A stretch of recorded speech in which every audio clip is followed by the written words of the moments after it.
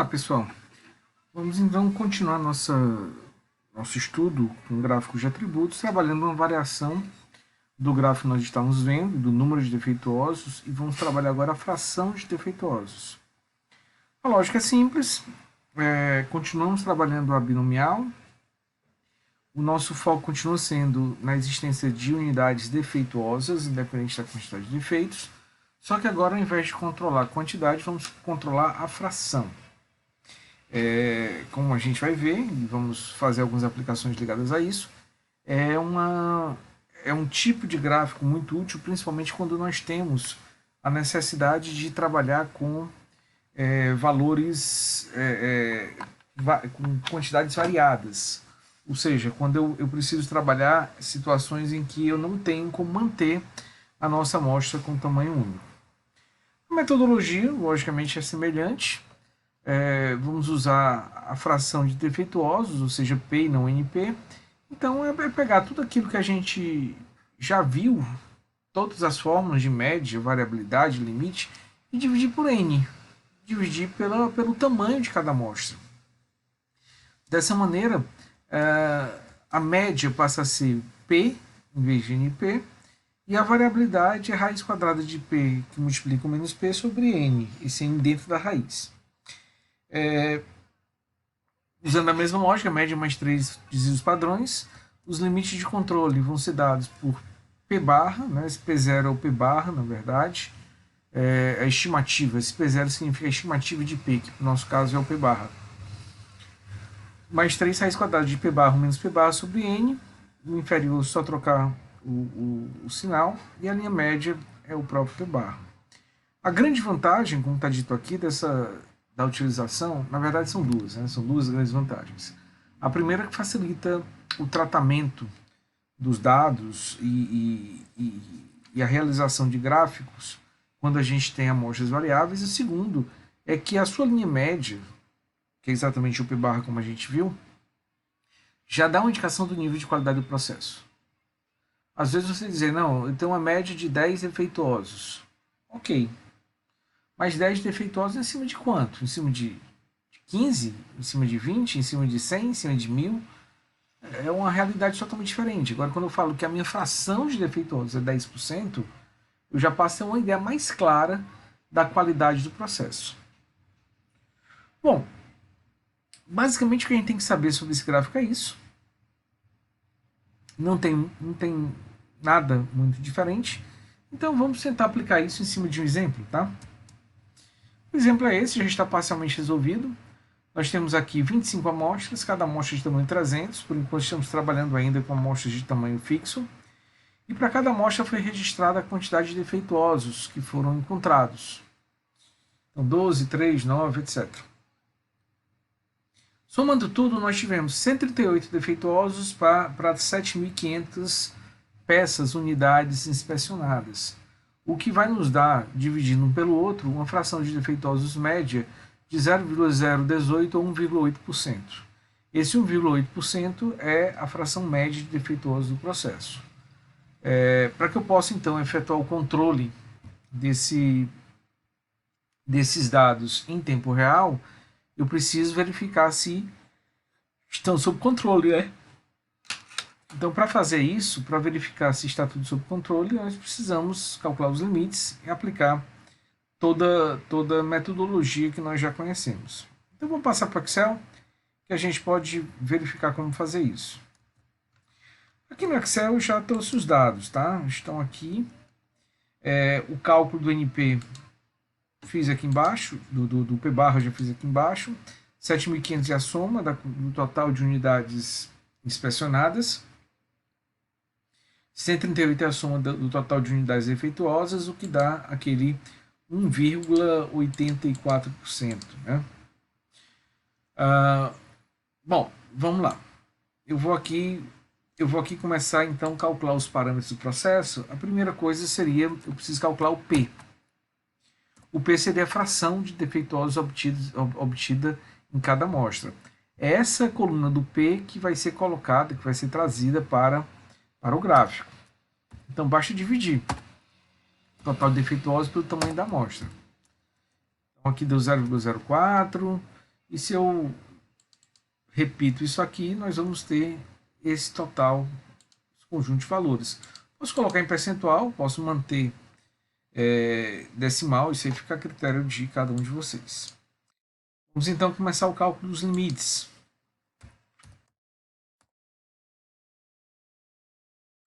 Bom, limite superior, lembrem a fórmula.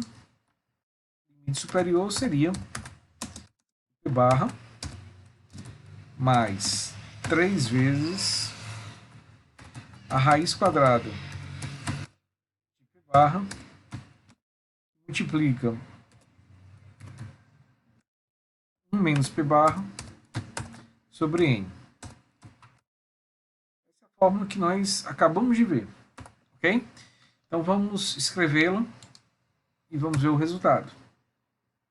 P barra está aqui embaixo, vou fixar, mais 3 vezes a raiz do mesmo P barra, que multiplica 1 menos P barra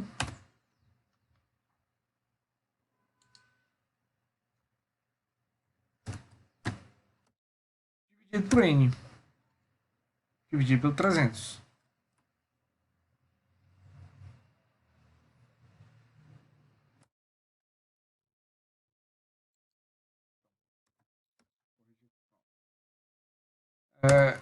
O valor obtido então deu 4,168%, é o mesmo. E se eu copio a fórmula, trocando apenas o sinal, eu vou ter o limite inferior. Observem que deu negativo. Se deu negativo é para ser zero. Então vou só mudar um pouquinho a minha fórmula. Tá? Vou deixar a fórmula porque pode ser que eu tenha que excluir amostras e isso aí seja alterado. Tá? Então, se essa nossa expressão der menor do que zero, eu considero zero. Se não, eu vou considerar a nossa expressão do cálculo dos limites.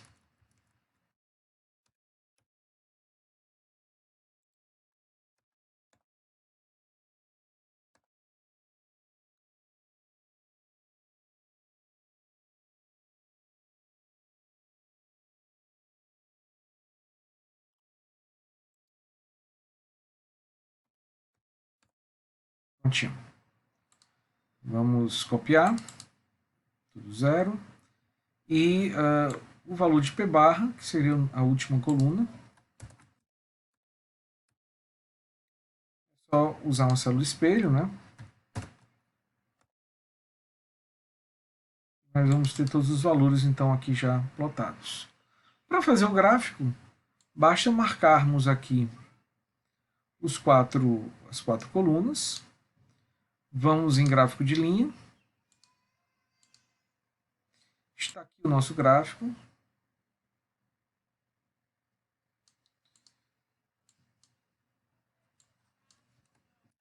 Gráfico de P. Fração defeituosos. Tirar aqui a legenda, que não nos interessa, e ampliar um pouco o tamanho dele.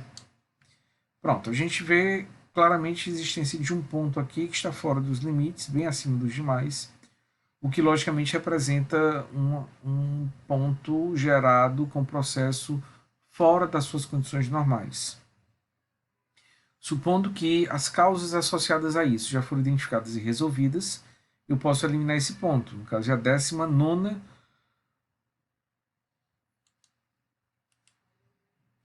observação foi eliminada e passamos a ter então esse outro comportamento.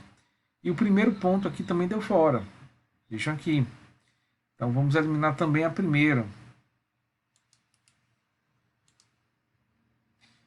E agora deu tudo ok. Apesar de termos uma amplitude bem grande na variação, né? A gente observa que nenhum ponto está fora dos limites.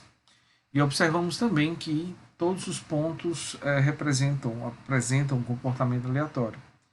Então esse seria o modo como nós deveríamos trabalhar com essa fração de defeituosos de 1,6, 1,59, e posso então usar esses limites que foram calculados para iniciar o controle do processo em tempo real.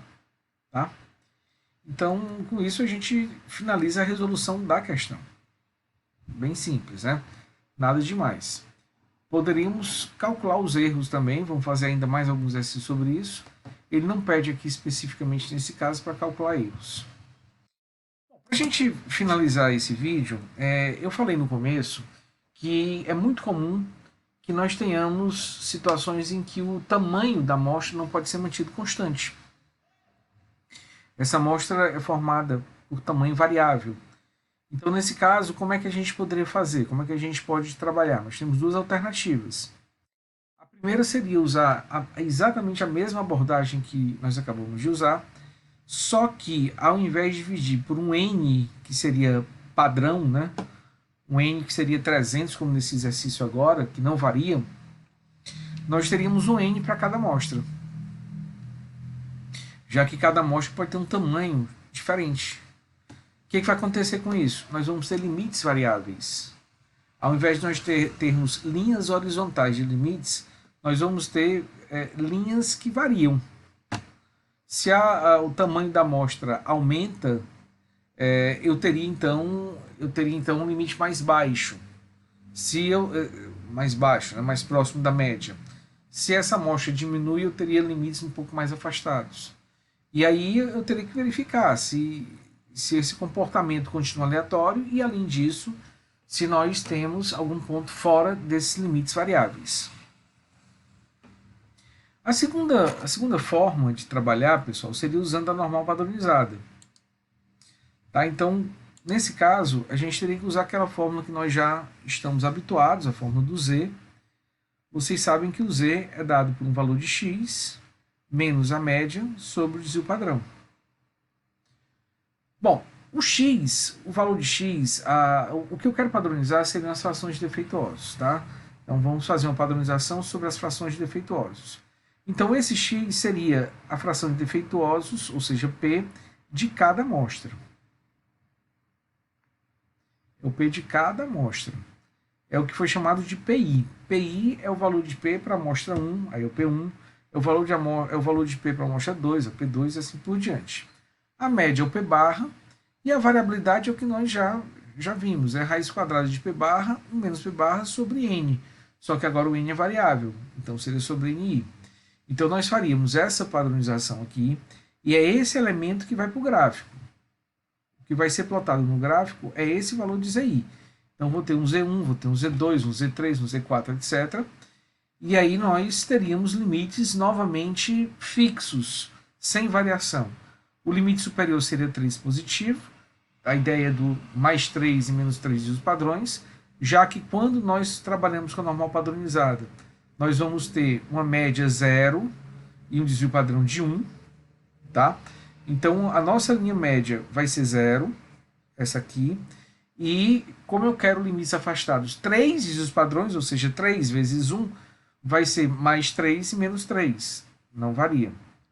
E aí o comportamento é para ser o mesmo, a conclusão que nós vamos tirar deve ser exatamente a mesma, e a lógica é simplesmente verificar, nesse caso, se existe algum ponto fora desses limites ou uma sequência que não corresponda a um comportamento aleatório. No próximo vídeo, nós vamos então usar ambas as metodologias para fazer exercício. Vamos fazer um exercício e vamos aproveitar para comparar uma metodologia com outra e verificar se a nossa interpretação, se a nossa conclusão é de fato a mesma.